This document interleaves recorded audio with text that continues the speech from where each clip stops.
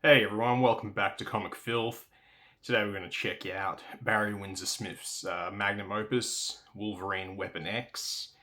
So this is called the Deluxe Edition, but it's just a standard size trade paperback.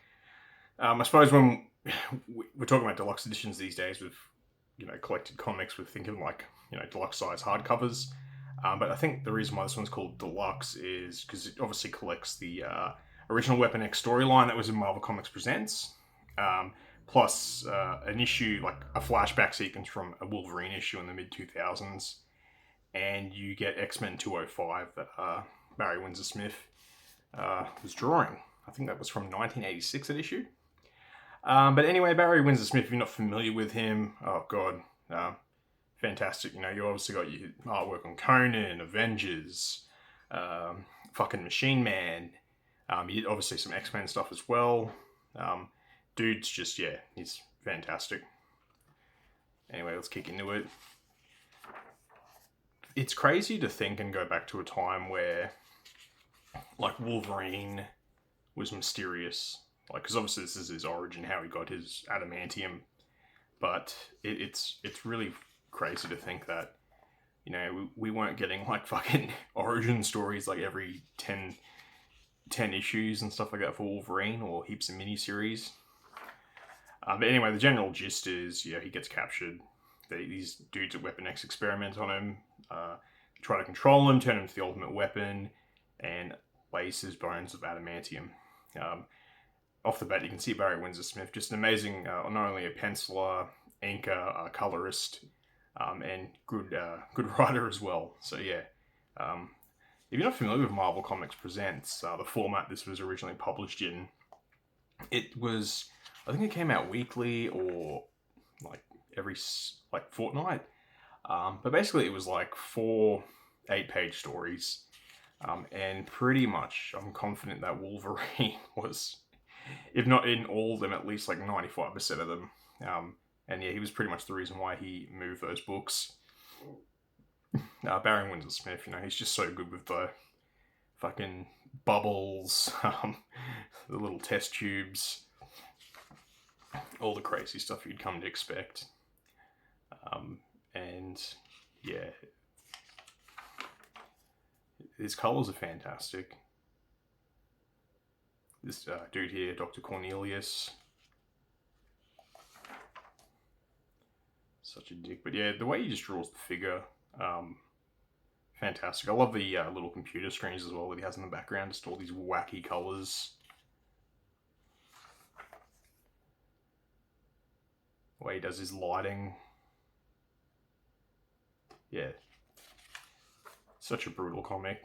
I like, not only in violence wise, but like the psychology of, obviously, Wolverine's just fucking drugged out of his mind. Really has no idea what's going on. He's pretty much getting, they're basically bringing him back to his animal instincts.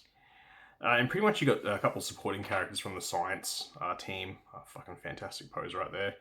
The science team, it's kind of like, really questioning like how far they can take this, and obviously this is like not humane. And the ultimate crescendo of the story is, Wolverine breaking free and just pretty much massacring everyone in the base. Yeah, and you can see here all the sort of punishment that they put him through. And yeah, do look at all those cables. Just, yeah. Barry Windsor Smith, man. Just an absolute Chad. The way he does like the body horror as well, and all sorts of stuff with the anatomy.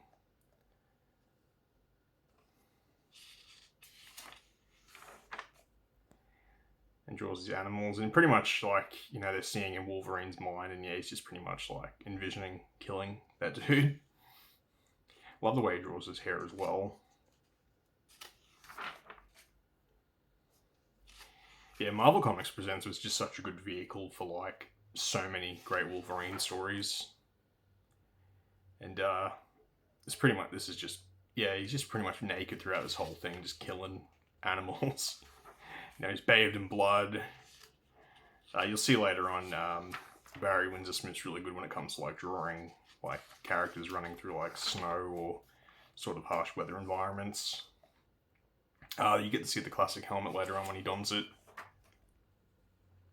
And they just got him in all these, like, fucking cables and, like, battery packs and stuff. Yeah, there. And this dude's just such an asshole throughout the whole fucking thing you're reading. You're like, oh man, I can't wait till you get shanked. And you can see he's just spilling, like, boiling hot coffee on Wolverine's head while he's, like, passed out. Yeah, he's just fighting bears. Yeah, dude, just, oh man, the way those muscles are drawn. The lighting. Yeah, this thing was just amazing reading it back in the day. Just the violence. It really is like kind of like a horror movie in certain aspects. Not only the horrors that are going through Wolverine, but when he ends up busting out, like the horrors that, like, oh shit, we just got this like monster that's been unleashed in our base, and he's massacring everyone. Like this here, he's straight up to the floor. This is awesome here as well, where all these like troop dudes going in there to take him on. And just this, man, like, just Barry Windsor-Smith, just drawing all these different dudes, like, dogpiling Wolverine getting carved up. Iconic. If you haven't read this, yeah, definitely do yourself a favour. If you're, like, even the slightest bit of a Wolverine fan.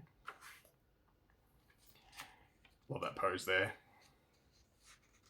Where he's running. And you can just see here the base is just pretty much getting destroyed. And you got like all your horror aspects like this, like the little blood dropping on his head, and there the reveal.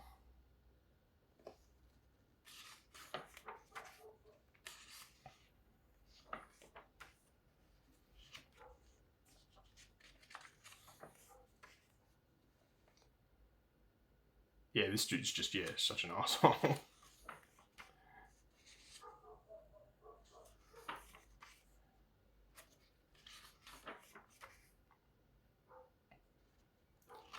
And yeah, like Wolverine just keeps coming. Like, yeah, he's just a charred, walking corpse at this stage. Just cuts that dude's arm off, or hand, I should say. Yeah. Into the flames you go.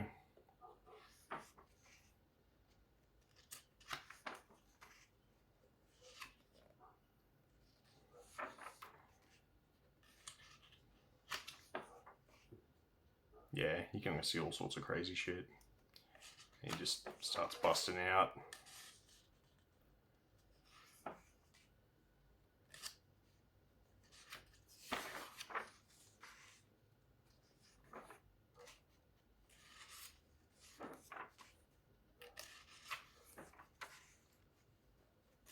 And he's just walking through the blizzard, buck naked.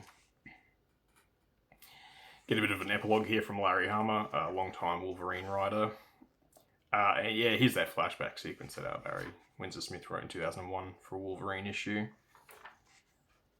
I don't mind the digital colours on his artwork. I don't know if he did it. I probably should say. No, colour was by Raymond Lee. And his X-Men 205, yeah, May 1986. So it's obviously a Wolverine story, but he's gone up against Lady Deathstrike. It's pretty much just going through her just being so pissed off at Wolverine for certain reasons. You know, turning herself into Lady Deathstrike. Man, you got to feel for Wolverine. Like, former friends of his, former lovers, all just turn into fucking assholes that want to kill him. Even when he has kids, they just turn into fucking dicks. Always loved Lady Deathstrike's design. This is one of my more favourite Chris Claremont X-Men issues. Like, whenever I go back and read Chris Claremont's X-Men, it can feel like a massive chore, but I always really enjoyed this issue. Get a Wolverine pin-up here from Wolverine 4. And these are all the Marvel Comics Presents covers done by Barry Windsor-Smith.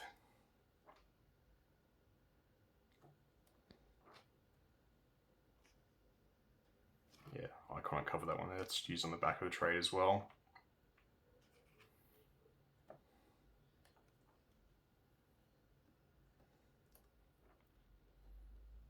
Yeah, dude. This is the last one here. It was a double, like, wraparound cover.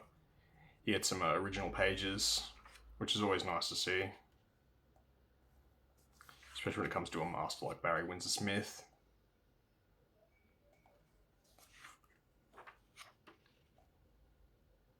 Yeah, so iconic.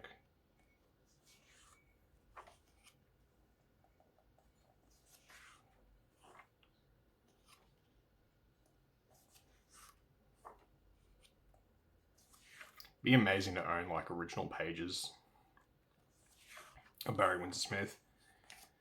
And you got a updated color version. It's an unused cover here, far out.